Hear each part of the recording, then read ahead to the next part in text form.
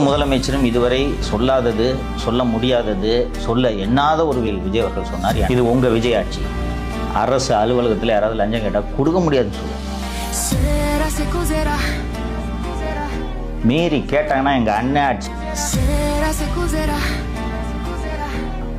நீ ஒருத்தன் நான் பண்றேன்னு வர்றாங்க, அதை பண்ணி காட்டுறேன் பாருங்க, மேடையில் சவால் விடுறாங்க. அதை நீடிக்க வைக்கிறதுக்கு சொசைட்டியை சேர்ந்த நாம எல்லாரும் சேர்ந்து ஒத்துழைக்கணும்.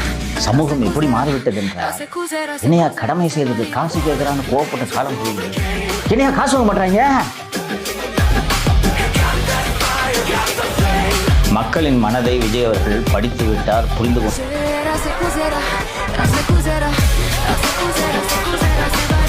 அதை டெலிவரி பண்றேன்னு ப்ராமிஸ் பண்றேன்.